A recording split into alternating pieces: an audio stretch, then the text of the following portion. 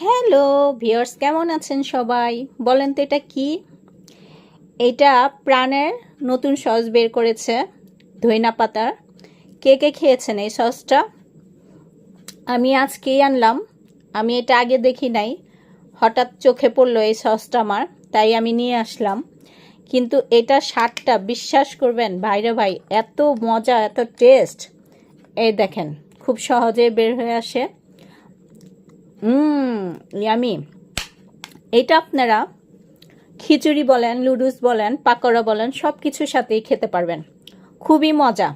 এটা একবার হলেও সবাই টেস্ট করে দেখবেন। আশা করি খেতে খারাপ লাগবে না আপনাদের কাছে। সবাই পছন্দ করবেন এই সসটা।